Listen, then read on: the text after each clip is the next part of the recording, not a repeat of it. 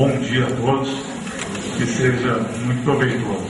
Essa proposição do tema Chico e o Valde, ela é muito interessante porque ela nos abre a possibilidade de analisar com um pouco mais de cuidado a relação visceral, umbilical, estrutural que existe entre essas duas obras. É claro que pelo fato de serem ambos dois missionários do Cristo, evidentes, assim, né, impressionantes em seu comportamento, em sua atitude, na variedade, na profundidade das suas obras, é claro que isso já facilita a identificação, né? Há um elemento aí de comportamento, há uma atitude cristã que se destaca de tal maneira nas duas biografias que se percebe a identidade, né, na essência ali, no vínculo com Cristo. São duas obras cristocêntricas. Mas termos a oportunidade de um dia como esse abordar diferentes aspectos e perceber outros vínculos, né, das duas obras e como elas se relacionam, como se complementam, é muito interessante para a gente poder até olhá-las com outra perspectiva, com outra leitura e poder aproveitá-las melhor naquilo que cada uma traz como contribuição, né?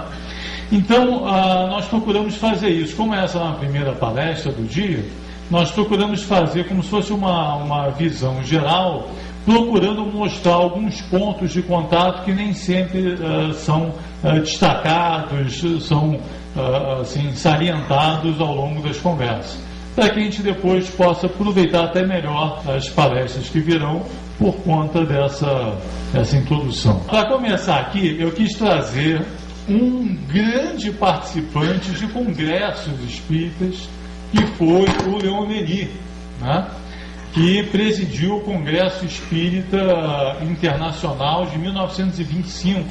Essa foto aí é exatamente de 25, da data do Congresso. Ele desencarnou em 27, quer dizer, 2 anos depois, estava com 79 anos aí. O Leon Denis, em 1911, começou a redação de uma obra que realmente é valiosa, que é O Grande Enigma. Ele levou 10 anos para redigir essa obra, e no meio dela, da sua redação, apareceu a Primeira Guerra Mundial, que lhe causou uma tristeza sem fim. Ele já estava muito adoentado, praticamente cego, então estava realmente num momento muito difícil, né, da sua trajetória final, mas ele dedicou 10 anos desse tempo à redação de O Grande Enigma. E um dos capítulos mais interessantes desse volume é um capítulo que tem como título exatamente A Missão do Século XX. A Missão do Século XX. Então estava lá entre 1911 e 1921, ali nos primeiros 20 anos do século XX, já vislumbrando qual seria o papel, qual seria a função do século XX para o prosseguimento daquele trabalho maravilhoso que foi feito ao longo do século XIX, com os grandes precursores, né, ali os coadjuvantes de Kardec, né, o próprio Leon Denis, Gabriel Delany, Pustin, Camille Flammarion, que foram os 4 grandes coadjuvantes daquele movimento que Kardec liderou no século XIX, mas que precisava ter seu prosseguimento, precisava ter seu desdobramento. Olha só como é que ele apresenta para a gente o século XX. Diz ele: o abuso dos métodos e dos processos de análise tem estado a ponto de nos perder. Consequentemente, é mister preparar as grandes sínteses, as concepções de conjunto. Olha aí.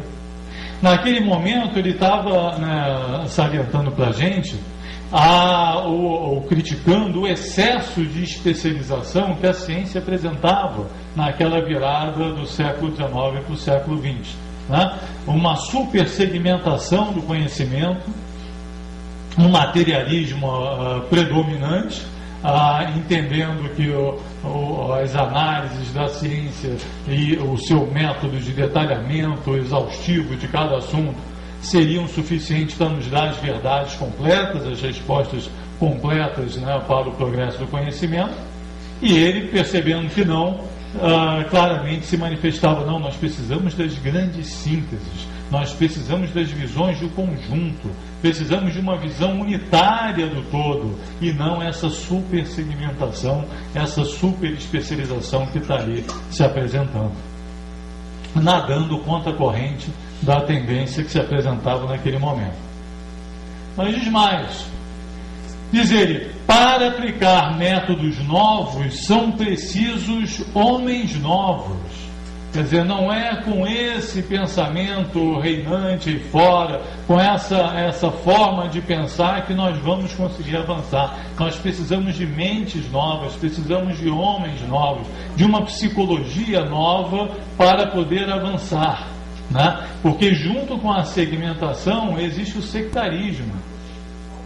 A partidarização, né? Partidarização, a divisão, o espírito divisionista, o espírito de fração, que ele não consegue, né? Hoje nas escolas a palavra de ordem é interdisciplinaridade, né? Exatamente se procurando essa visão de conjunto. Mas naquele momento não, cada um queria demonstrar que o seu ramo do conhecimento era mais importante que o outro, e aí não se conseguiria jamais ter essa visão unitária. Mas para chegar a ela, era necessário também uma atitude de fraternidade, um novo modo de pensar que não se apresentava naquela ocasião. E completa: prepara-se, entretanto, o trabalho de renovação. O século XIX e o começo do XX viram aparecer os precursores. Os gênios não tardarão a vir. Então ele chama a atenção para a necessidade de uma grande síntese, chega a usar a expressão grande síntese, mostra a importância histórica, cultural, o momento, a relevância do momento, né, de termos aquela síntese que faltava, e ainda diz: os gênios não tardam a vir. Nossa, ele já estava ali, né, já estava encarnado, né, só precisava começar a mostrar o seu trabalho. Então, olha, eu fui procurar o significado da palavra gênio, só para a gente aprofundar aqui a análise. Olha o que diz lá o Michaelis, né?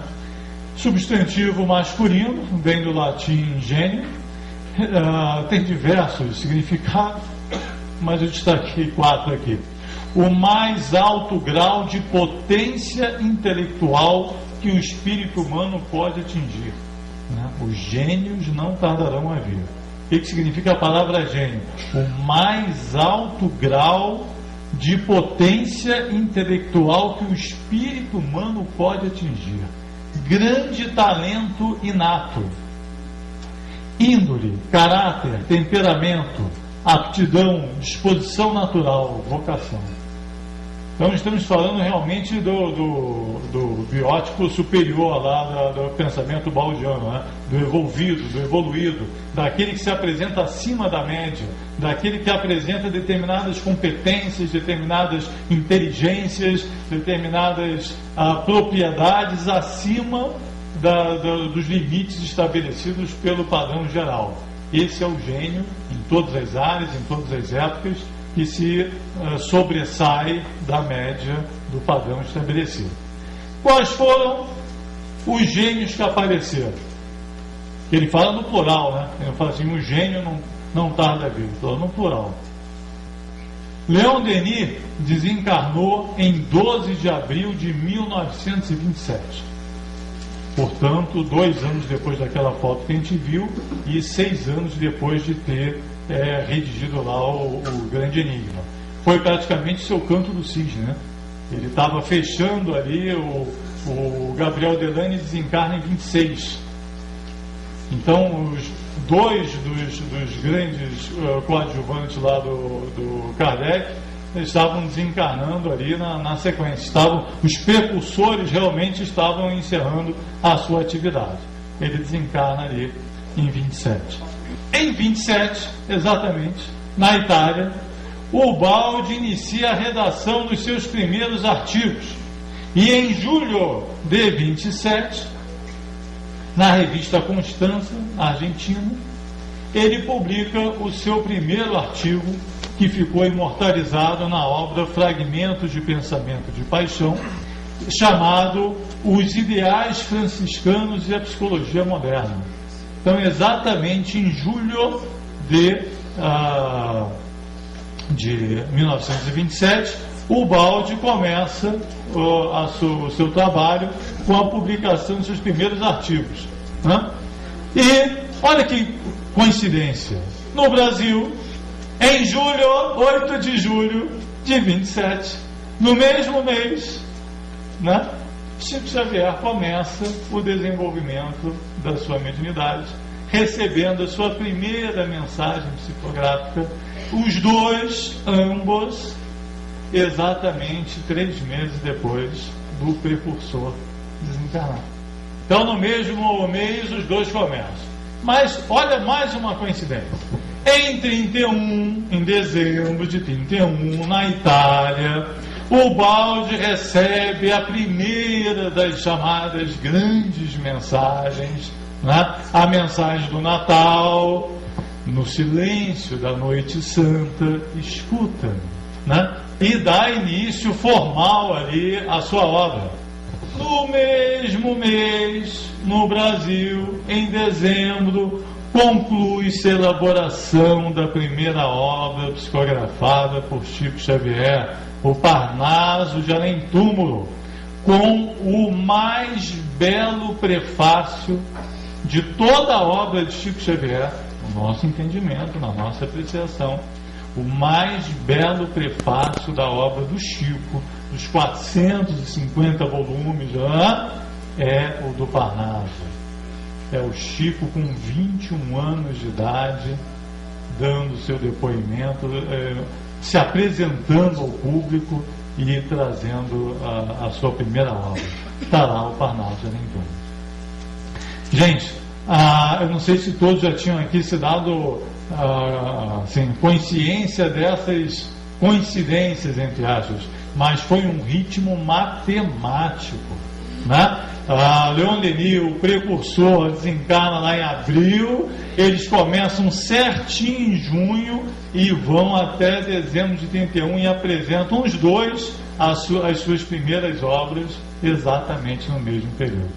Então, os gênios chegaram. Os gênios chegaram. Ora, que tipo de genialidade é essa? É uma genialidade psíquica do mais alto valor. Nós não estamos falando realmente de duas pessoas comuns. Estamos falando de pessoas que tinham capacidades psíquicas únicas, né? Que um dia merecerão realmente um estudo da parte da ciência, porque eram precursores, né, de um homem do futuro, de um biotipo do futuro, e trazendo realmente competências e características biológicas, psíquicas, completamente superiores à nossa média comum, né, ao chamado padrão de normalidade. E ao mesmo tempo, e não coincidentemente, uma qualidades morais superlativas, com uma capacidade de trabalho, de sacrifício em prol do todo, em prol da humanidade, completamente acima dos padrões normais, né? Dentro daquela abordagem da evolução do amor, né, da grande síntese, estavam lá no ápice do altruísmo, no patamar do sacrifício pessoal pela causa e pelo todo, né? E apresentavam realmente esse padrão como seu padrão de normalidade, segundo a mensagem, né, que é lembrada aqui pelo Aristóteles de Francisco ontem, o sacrifício normal, o sacrifício deve ser o nosso comportamento constante, né? O nosso padrão de todo momento, né? Quer dizer, o sacrifício era a regra, era a base da existência desses dois. Então, é uma genialidade combinada, né? Você tem características psíquicas completamente diferenciados e, ao mesmo tempo, um padrão de moralidade extremamente superior ao nosso momento. No caso do Chico, temos uma mediunidade exuberante, né, e polimorfa, transitando aí pela psicografia, pela psicofonia, pela vidência, pela audiência, pelos efeitos físicos, pela xenoglossia, né, mensagens em outros idiomas desconhecidos pelo médium, enfim, em todas as variedades, em todas não, mas em muitas variedades mediúnicas, uma competência, um padrão absolutamente superior, uma facilidade, uma flexibilidade, uma sensibilidade muitas e muitas vezes acima da média, né? E não fosse toda essa capacidade, toda essa sensibilidade, não fossem elementos de diferenciação, a capacidade de trabalho associada. Então, agora por conta do centenário, houve a publicação de diversas curiosidades, estatísticas, coisas sobre o Chico. E aí dizia, olha, tal livro foi recebido em 2 dias, tal livro foi recebido em 1 dia. Vocês devem ter visto, saiu muito em jornais, em livros e tal. Eu convido a todos aqui para fazer um exercício. Pega o nosso lar, tenta copiar à mão em 1 dia. Bota uma toalha branca na mesa, né? Pega umas canetas bacanas, ou então bastante lápis, bastante papel, tá? Faz aquela, né, ginástica com o braço, tal, pega uma cadeira bacana. Quando der 8 da matina, começa. Quando chegar meio-dia, você não aguenta mais o braço, né? Já está naquele limite, a um passo da tendinite crônica, né? E não sabe mais o que fazer, ainda vê a tarde, a noite inteira pela frente, que você deve estar no capítulo 10, mais ou menos, dessa altura do campeonato, são 50, você não sabe mais o que fazer. E, gente, então aí que eu digo, não é apenas a mediunidade, porque você podia ter a mediunidade e não ter o mesmo volume da obra, percebe? Né? As duas coisas não são necessariamente combinadas. Elas só se combinaram porque, além da sensibilidade da mediunidade, havia o valor moral do médium, né? Porque senão essas duas coisas não se combinariam dessa forma. No lado de Ubaldi, uma variedade mediúnica ou psíquica diferente. Depois de 150 anos de doutrina espírita e das ciências psíquicas, né, da parapsicologia, da metapsíquica, toda, né, sociedade de estudos psíquicos, a gente acha que entende alguma coisa de fenômeno mediúnico, de fenômeno psíquico e tal. A gente está no beabá do beabá do beabá, né? Recentemente, com aquelas pesquisas do Ian Stevenson sobre reencarnação, quem se der ao trabalho ali de aprofundar a análise e tal, vai ver determinados aspectos sobre a lembrança das crianças, sobre a questão das cicatrizes e defeitos de nascença, uma série de aspectos ligados à reencarnação que vão muito além da teoria que havia sido publicada até então, na literatura espírita. E o sujeito não era, o Ian Stevenson não era espírita, ele era um cientista. Mas exatamente pelo fato de ser um cientista, ele vai se aprofundando, né, com a análise dele, ele acabou descobrindo questões sobre o perispírito, sobre a influência da psique na formação do organismo, diversos aspectos ligados à reencarnação que nós não havíamos visto. E aí você, puxa vida, eu não tinha visto isso em nenhuma literatura espírita. Foi um cientista, foi necessário um cientista entrar no circuito e fazer o trabalho que fez. Foram 60 anos de estudo sobre reencarnação, com 2.400 casos registrados, etc, etc, para ele poder chegar àquela conclusão. Então, a mesma coisa sobre as variedades mediúnicas, né? Nós nos habituamos a ver determinados padrões, determinados tipos de mediunidade, muitos deles presentes na mediunidade do Chico, e aí passamos a acreditar que só aquele tipo de mediunidade é que existe. E aí vem o Ubaldi e já apresenta um tipo, uma variação que, embora parecida em determinados aspectos, não é exatamente igual. Mas a vida, sim, a vida é plural, a vida é diversa. Você já viu as flores?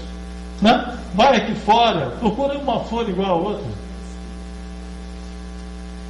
Então, a gente vai ter que aprender, e provavelmente outros missionários que virão também com faculdades psíquicas super desenvolvidas, provavelmente vão apresentar características outras, diferentes deles dois. E não serão nem melhores nem piores, serão apenas diferentes, porque a vida é plural. Né?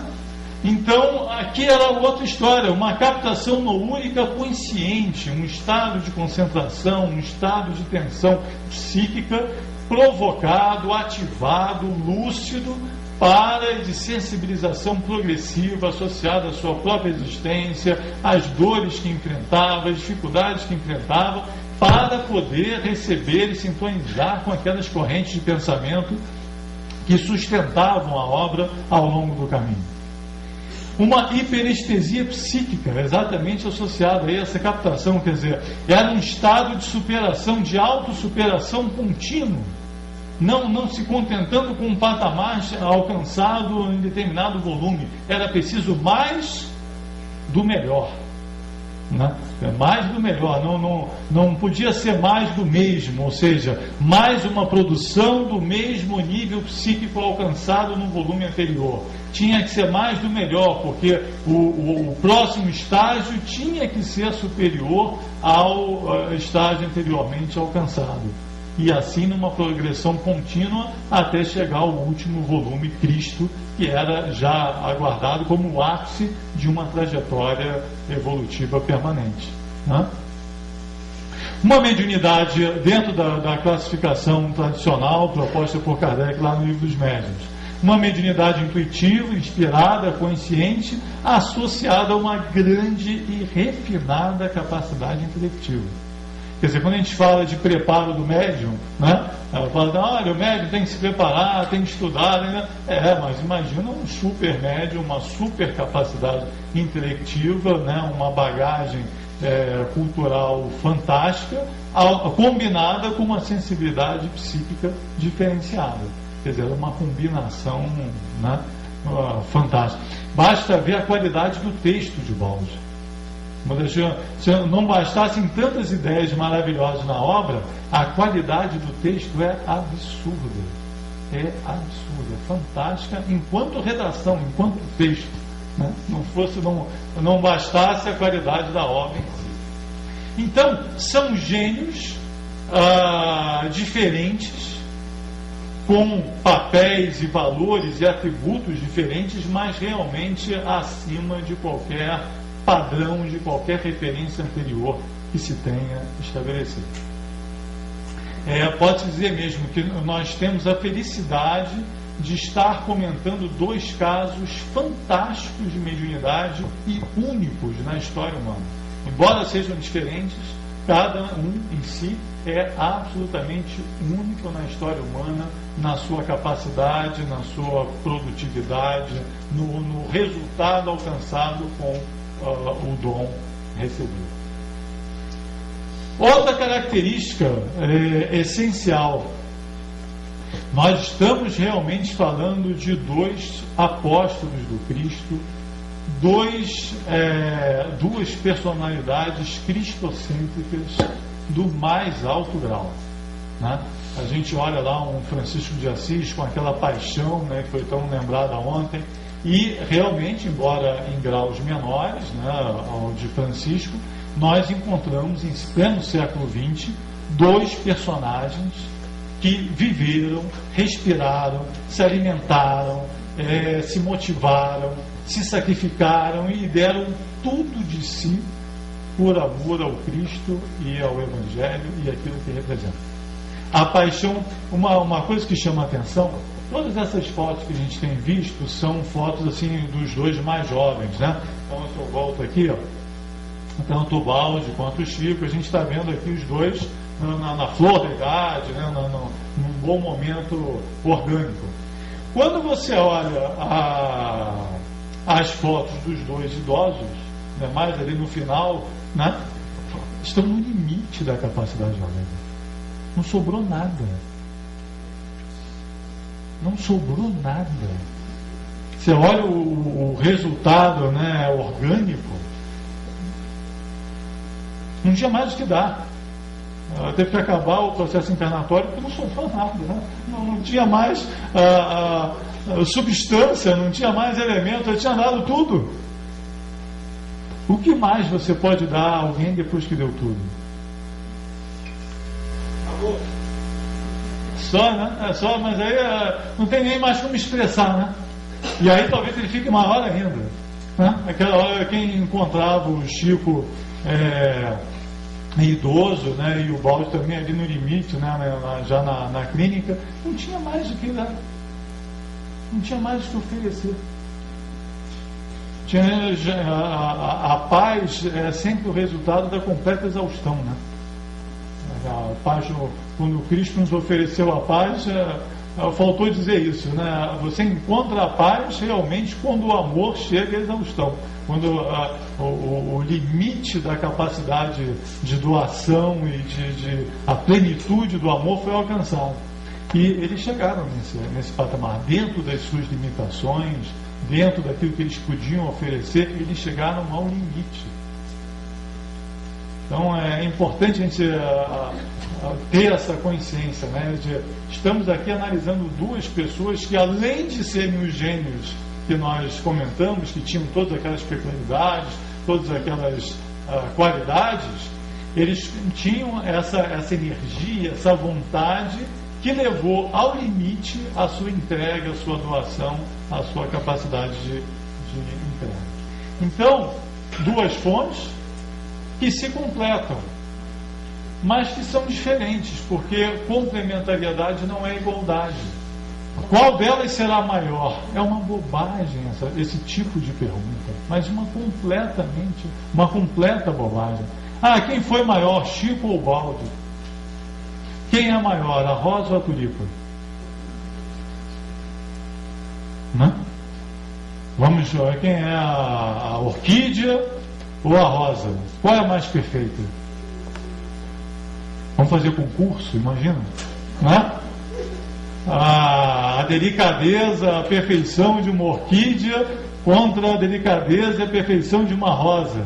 Vão aparecer os rosistas, os orquidistas, né?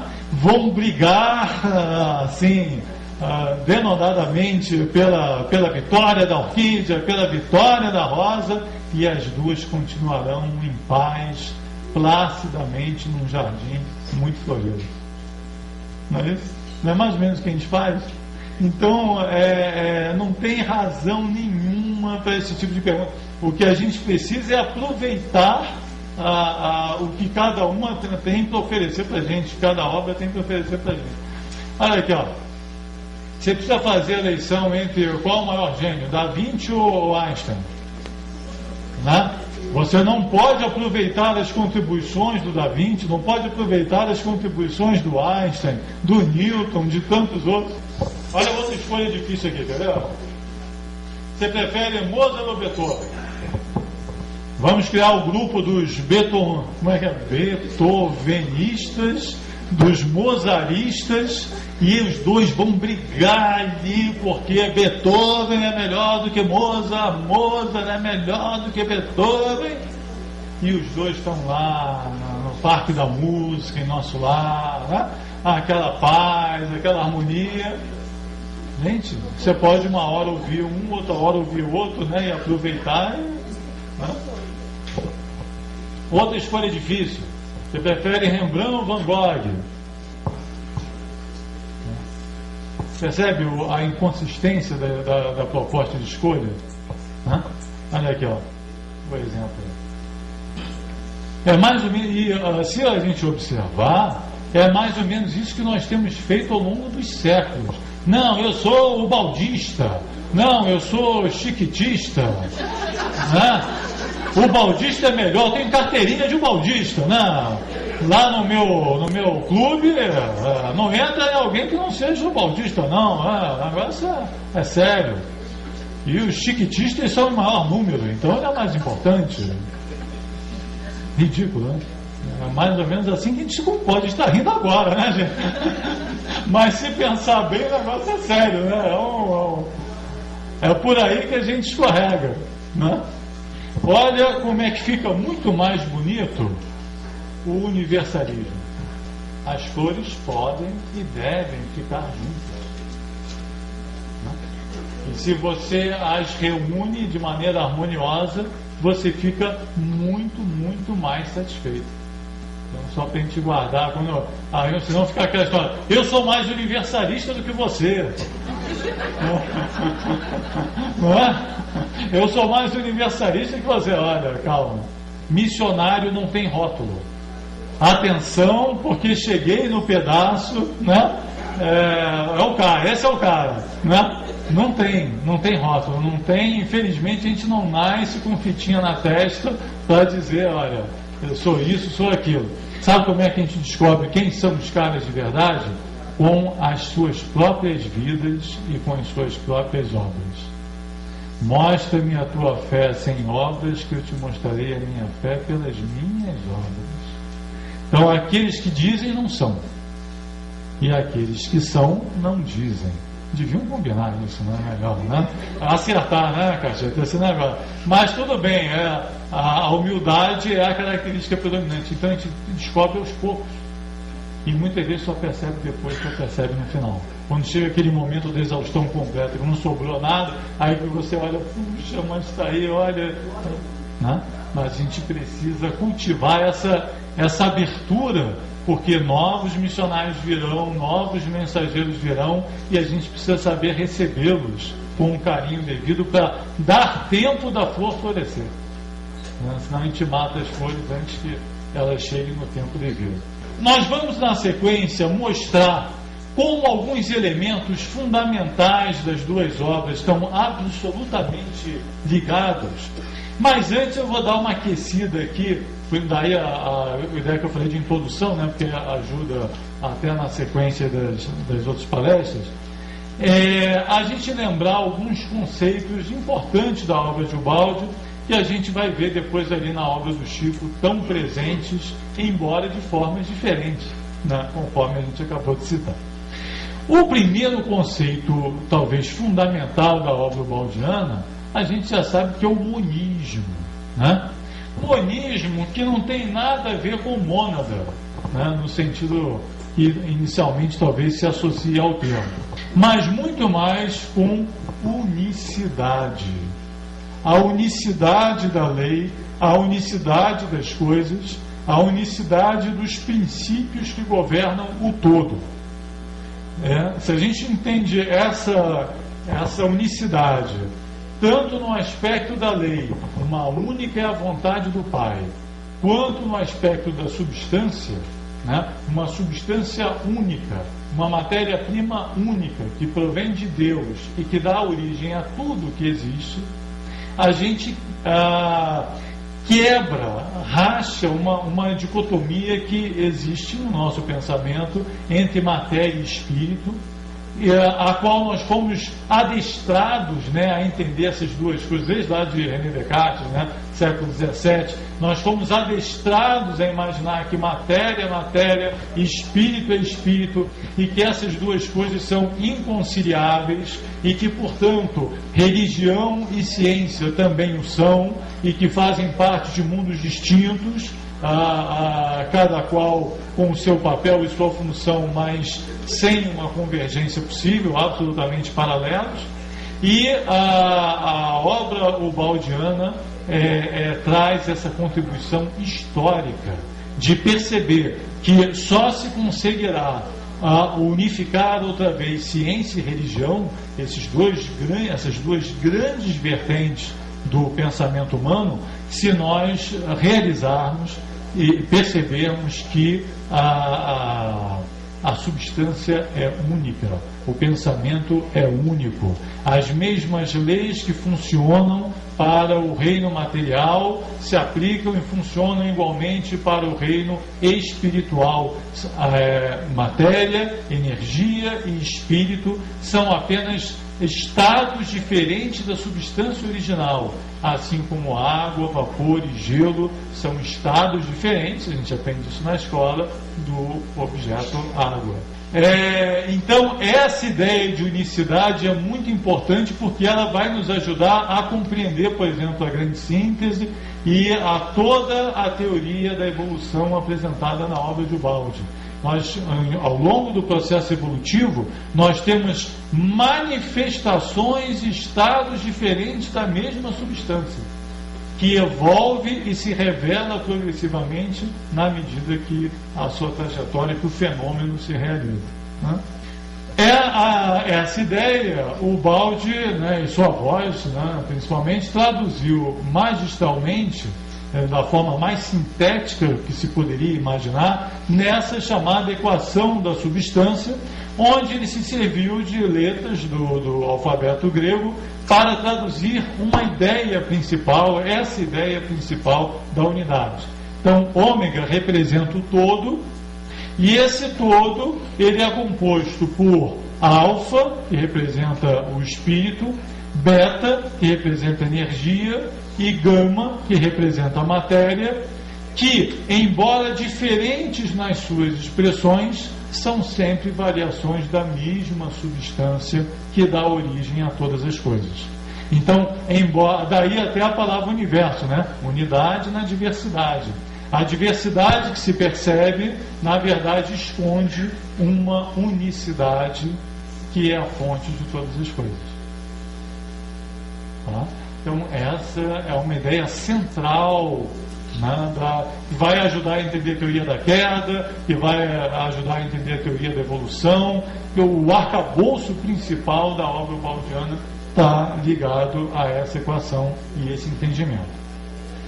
Na grande síntese, ele exatamente mostra o primeiro ciclo da trajetória, colocando em movimento, né, esses elementos. Ele mostra como a matéria surge, né, como surge a matéria no universo, como surge o universo que nós conhecemos através do hidrogênio.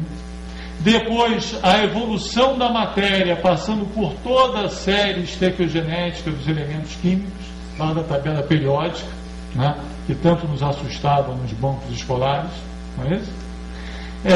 Depois, a transição da matéria para a energia através da radioatividade, a circulação e evolução da energia pelo espaço através das diferentes frequências, assumindo propriedades distintas conforme o padrão de frequência alcançado, passando pelos raios gama, pela energia gravitacional, pela energia elétrica, pelas variações da cor, pelo som, enfim, por todas as variações, pelas ondas hertzianas que a gente conhece aí da televisão, do rádio, né? Então, mostrando que todas essas variações de propriedades, essas variações de comportamento, são apenas variações de uma mesma substância que, conforme a sua organização, o seu padrão de ondas, etc., se apresenta com propriedades e com funções diferentes.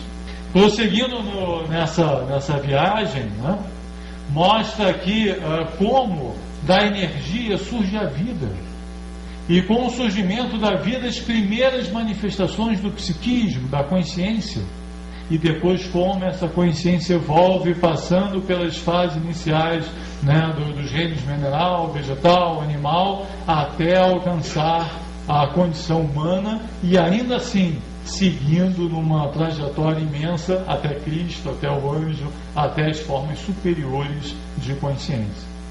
Então, na grande síntese, nós temos uma descrição completa de toda a trajetória evolutiva como nunca se viu na literatura humana.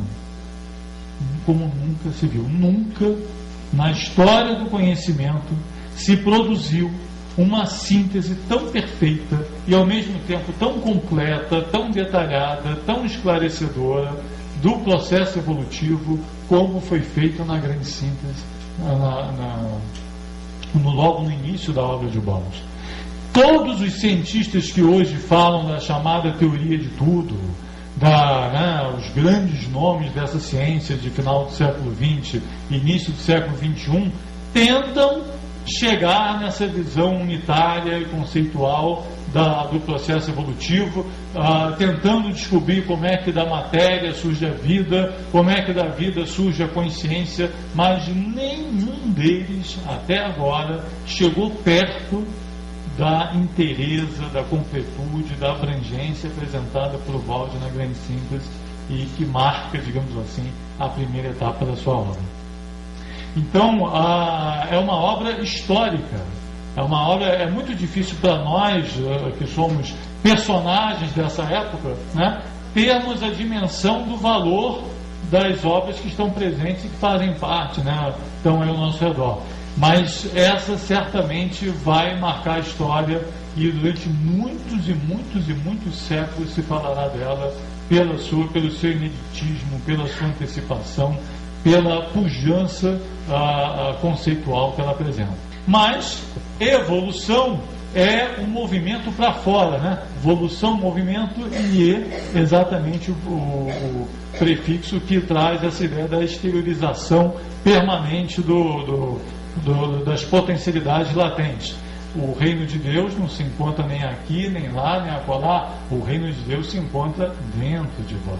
A mensagem é a mesma, né? Na obra baldiana nós vemos em detalhes como essas potencialidades adormecidas no psiquismo humano se revelam ao longo do tempo. Depois de ter explorado e desenvolvido ao longo de toda a obra italiana diferentes aspectos do processo evolutivo, o Ubaldi, em 51,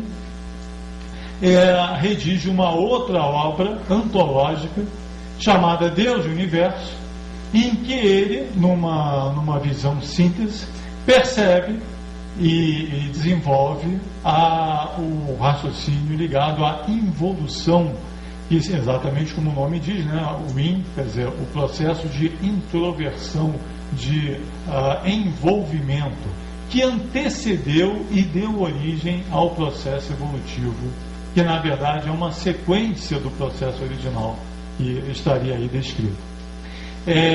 O Ubaldi mostra então de maneira também inédita no conhecimento humano, é pioneiro nesse aspecto, como do universo completamente espiritual, consciente, ao qual ele chama o sistema, deste universo surge o nosso universo conhecido, o universo material, que, segundo o entendimento lá do Livro dos Espíritos, Allan Kardec, poderia nunca ter existido ou mesmo deixar de existir. Questões 85 e 86 do Livro dos Espíritos.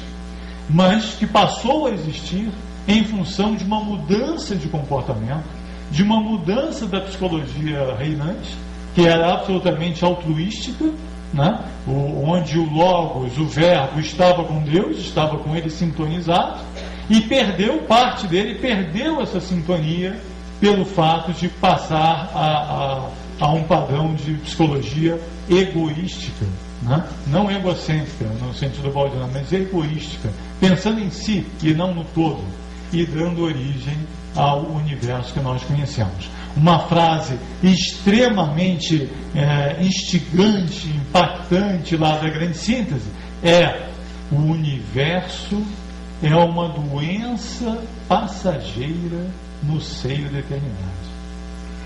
Olha só. O universo é uma doença passageira no seio da eternidade, dando um nó nas concepções humanas, outra vez com um sentido de vanguarda absurdo. Só agora, eu não sei se talvez os colegas possam trazer outra referência, mas só agora, nos anos 90 do século XX, pela primeira vez eu encontrei algum pesquisador que se aproximou das ideias apresentadas lá por Deus do Universo, que foi o Amit Goswami, naquele universo autoconsciente, em que pela primeira vez eu vi um cientista dizer que a matéria-prima da criação não era a matéria, é a consciência. Olha que bacana. Dando um nó completo, né, no status quo do conhecimento científico e rasgando uma vertente completamente nova para o progresso do conhecimento e a revisita de todo um conjunto de conhecimentos já tido como definitivo, né? Então, a partir da compreensão dessas duas vertentes, nós temos aí o chamado ciclo involutivo e evolutivo. Involutivo primeiro, né, dando origem ao processo de evolução, e evolutivo depois. A evolução, na linguagem evangélica, é realmente o caminho de volta do filho pródigo, né? E é nessa perspectiva, nesse entendimento, que a gente deve perceber. Feito então essa ultra síntese, né, só para pegar os aspectos principais, a pergunta que se apresenta é a seguinte: como é que essa ideia que o Baldi nos traz se apresenta nas revelações? Uma coisa que eu sempre procuro, né, chamar a atenção é que uma das melhores formas de você perceber o valor de uma nova contribuição, de um novo missionário que chega trazendo contribuições novas, é você olhar a coerência dele com toda uma trajetória de revelações e de conquistas que nós temos anteriores a ele, né? Se a fonte é o Cristo, né, vamos dizer assim, se a fonte é o Cristo, as ideias são as mesmas e estão sempre presentes, né? Elas podem ir trocando a veste, né, se atualizando, se aprofundando, apresentando novas formas, mas há uma coerência moral e conceitual que une as revelações quando elas têm uma fonte comum. Vocês querem ver? Olha que bacana isso aqui. A ideia da evolução. Nós vimos ali no gráfico que da matéria surge a energia, pode dizer assim, evolve, porque vem de dentro. A planta não nasce da terra, né? A gente não vê a gente vê a evolução, ou seja, a manifestação para fora daquilo que nasce da terra, não é isso? Então, com essa mesma ideia de emersão, de evolução, nós podemos dizer que a energia evolve da matéria, que a vida evolve da energia e que o psiquismo evolve da vida. Não fica mais fácil, né? Aí cada coisa vai brotando da anterior, né? Como se fosse uma planta. Olha como é que essa ideia está presente desde lá de Moisés, sempre esteve presente e apenas a gente não percebia com a clareza. Agora é fácil, né? Você olhar para trás e perceber a moleza, mas ela sempre esteve ali, a gente que não via. Gênesis de Moisés: e formou o Senhor Deus o homem do pó da terra. Olha só, eu tenho aqui a ideia do homem, né? Da consciência do ser humano, e aqui o pó como representante do mineral, né? Ali, ó. É uma ideia poética, mas está ali, ó, do pó ao homem. Olha a frase aqui de João Batista, registrada lá por Mateus, no capítulo 3, versículo 9. Porque eu vos digo que mesmo destas pedras Deus pode suscitar filhos a Abraão. Aqui, ó, pó, pedra, homem, filhos a Abraão, né? A mesma ideia. É claro que o simbolismo vai mudando. Agora vamos ver ali na revelação de Kardec, na codificação kardeciana. Tudo se encadeia na natureza, do átomo ao arcanjo. Ó, átomo, pedra e pó, que começou um dia por ser átomo. O arcanjo estava encarnado lá por ser átomo. Então, ó, arcanjo, filhos a Abraão, homem, pó, pedra e átomo. A mesma ideia. E aí chega o Baldi e traz a sua contribuição. Do urânio ao gênio, traçaremos uma linha que deverá ser contínua. É a mesma ideia, não é? Então, muitas vezes, quando aparece aí uma figura nova, se você for ver aí na essência, a revelação continua, ela se aprimora, realmente o fraseamento aqui é perfeito, é o que a gente fala da redação de Baldi, né? Do urânio ao gênio traçaremos uma linha que deverá ser contínua. A ideia está clara, está presente ali, você rapidamente intui, né, o que está se apresentando. Mas aqui ela já estava um pouco mais clara e aqui estava num simbolismo, mas a ideia é rigorosamente a mesma. Vamos ver na evolução. Olha aí, ó. E criou Deus o homem à sua imagem. Esse é um pouco mais difícil, porque ele não é tão literal quanto da evolução, mas a gente pega do mesmo jeito. Olha lá, Gênesis capítulo 1, versículo 27. Deus criou o homem à sua imagem. Ora, qual é a melhor definição de Deus que nós temos até hoje? É de Jesus, né? Só o Filho do Homem viu ao Pai, não é isso? Então a melhor descrição tem que ser a dele, né? Então Deus é Espírito. Deus é Espírito. E no princípio era o Verbo, no princípio era o Logos, no princípio era a consciência, no princípio era imaterial, né? Deus nos fez a sua imagem e semelhança, significa que nos fez igualmente consciência, imateriais, espirituais. O efeito é tão mais semelhante à sua causa quanto mais próximo dela se encontra. Vou repetir: o efeito é tão mais parecido com a sua causa quanto mais próximo dela se encontra. Onde é que está a água mais pura? Está próximo da fonte. Onde é que está o calor mais intenso? Próximo da chama.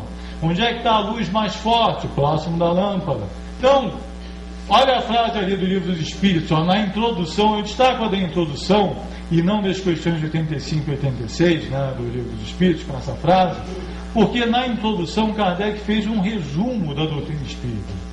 E nesse resumo ele procurou colocar o principal, né, aqueles pontos que ele mais entendia serem determinantes. E ele colocou exatamente esse, olha, que combina exatamente com os pontos anteriores. O mundo espírita é um mundo normal, primitivo, eterno, pré-existente e sobrevivente a tudo. E aí poderia aqui acrescentar: o universo físico é uma doença passageira no ser determinado, né? Então, só para mostrar que o encadeamento das ideias é completo, perfeito, e a obra de Ubaldi se encaixa com uma luva em toda a tradição revelacional que nós temos desde Moisés até recentemente na codificação kardeciana e na doutrina espírita. E na obra do Chico? Será possível encontrar em suas centenas de obras a mesma contribuição, o mesmo raciocínio, os mesmos elementos? Estarão as duas obras de Chico e Ubaldi alinhadas em seus alicerces conceituais? Porque aquele eixo aqui, ó, o ciclo involutivo e evolutivo, é o resumo perfeito da obra de Ubaldi. Tanto a evolução quanto a involução, todos os aspectos que ele desenvolveu em torno desse ciclo, seria talvez o resumo perfeito do conjunto da obra. Se as duas obras, Chico e Ubaldi, estiverem alinhadas em relação a esses itens, o restante são as variações, são as diversidades das obras que são naturais, cada um, por exemplo, a coleção de Luiz com a revelação do mundo espiritual. Era a missão do Chico. Ponto. Né? Nunca nós tivemos, nenhum outro missionário trouxe revelações tão completas, tão exaustivas, tão detalhadas, tão consistentes da existência do mundo espiritual, senão o Chico. Ponto. A mesma coisa é histórica a obra. No futuro, quando uma sociedade mais espiritualizada, conhecer cidades espirituais, vai ter turismo, né, do plano físico e do espiritual, com passagem de ida e volta, né? Você vai poder conhecer. Exatamente. E custa para voltar, né? Então vai ter tudo, vai ter videoconferência, vai ter, né, como é que é a visão computador e TVs, vídeo, como é que é? Vai ficar não, mas a da Sônia Rinaldi lá, como é que é? Da transcomunicação, vai ter tudo, transcomunicação com webcam, vai ter tudo, né?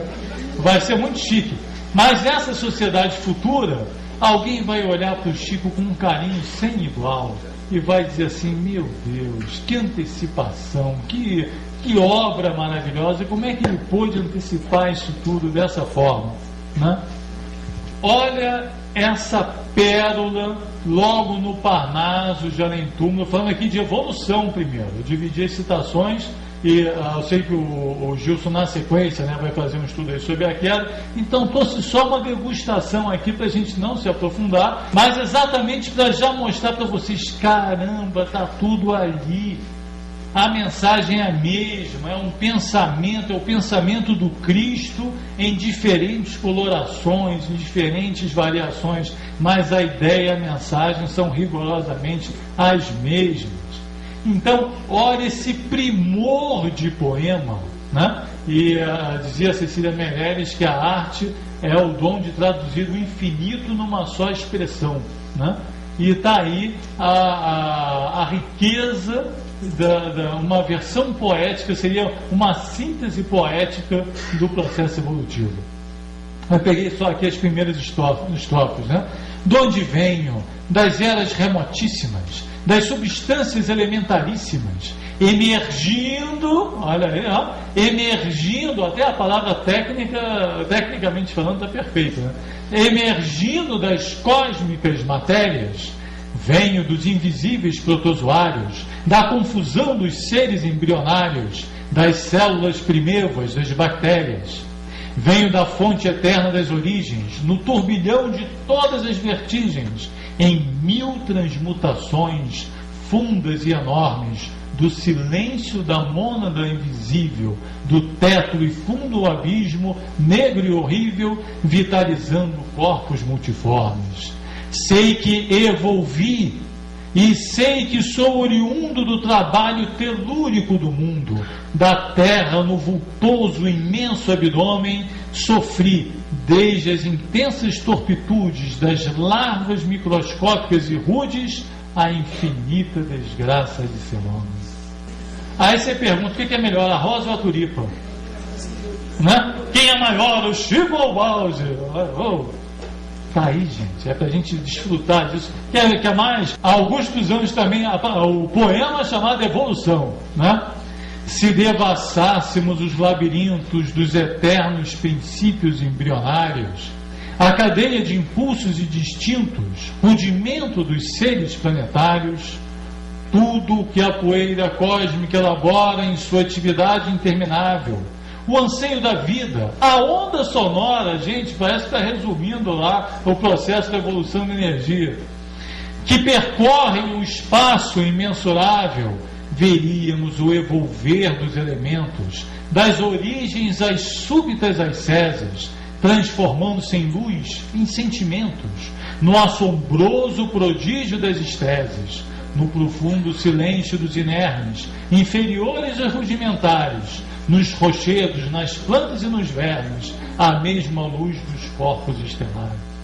É uma pérola, é uma obra-prima da literatura universal. Poderia ter um panteão para esses poemas em qualquer museu do mundo, né? Devia estar no Louvre, né? Do lado lá da Mona Lisa, botar esse poema na sua extensão, que é imenso. Aqui eu trouxe só o iníciozinho para a gente ter uma ideia.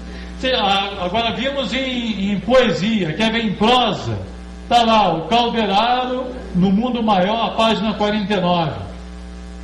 Por quê? Porque tem gente que vai entender a ideia pela poesia, mas tem outro que precisa da prosa, precisa daquela versão romanceada do André Luiz. Então, a cada um segundo a sua necessidade. A ideia é a mesma, mas ela se apresenta de forma adequada à necessidade de cada um. Está aí, ó. Na verdade, não há nisso mistério algum. Voltemos aos ascendentes em evolução. O princípio espiritual acolheu-se no seio técnico das águas, através dos organismos celulares. A história toda. Eu não vou ler aqui para a gente não... Mas só para mostrar que tem lá um poema brilhante, absurdamente brilhante, e tem também a explicação em prosa, numa linguagem mais simples, né, de acordo com a necessidade de cada um. Consegui me furtar aqui a trazer uma citaçãozinha sobre a ideia da unidade da substância. Concluímos assim que há fluidos materiais e fluidos espirituais, que os primeiros são elementos inconscientes e passivos, e os últimos a força eterna e transformadora dos mundos, salientando-se que uma só lei rege a vida. Monismo, uma só lei rege a vida, em sua identidade substancial. Está aí Emmanuel fazendo coro com sua voz, né? No Consolador do Emmanuel, até as expressões são absolutamente as mesmas que se encontram na grande síntese. Estão falando em coro, literalmente em coro. Evolução da matéria é um título de um capítulo da grande síntese. As individualizações químicas possuem igualmente a sua rota para a obtenção das primeiras expressões anímicas.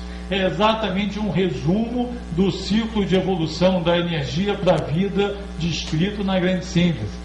Através da radioatividade verifica-se a evolução da matéria. Idem, está tudo lá exatamente igual, com as mesmas palavras. Vamos ver sobre a queda. Olha que primor, que Castro Alves, através de Chico Xavier, no Parnaso de Além Túmulo, né? Há mistérios peregrinos, no mistério dos destinos, que nos mandam renascer. Da luz do Criador nascemos, múltiplas vidas vivemos, para a mesma luz volver.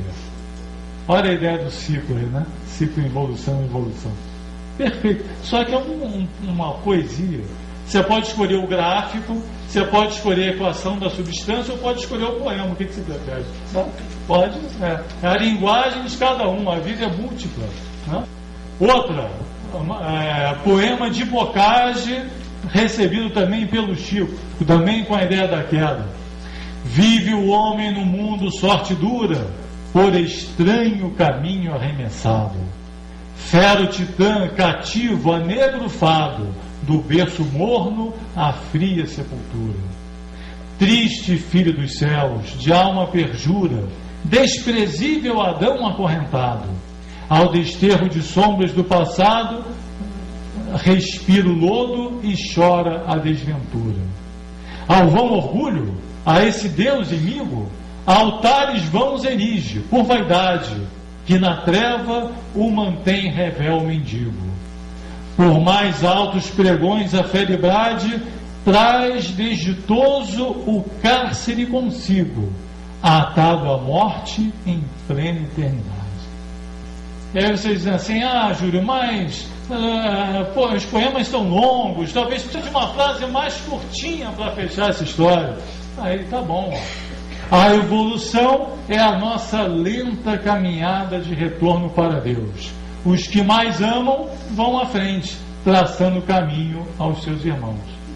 Nós tivemos em Ubalde, Chico, 2 irmãos que foram à nossa frente, carregando suas cruzes com brilhantismo, com um esforço sem igual, com exemplo de dedicação, de fraternidade, de coragem, de sacrifício, que deveria nos inspirar a todos para, pelo menos, fazermos jus às imensas bênçãos recebidas.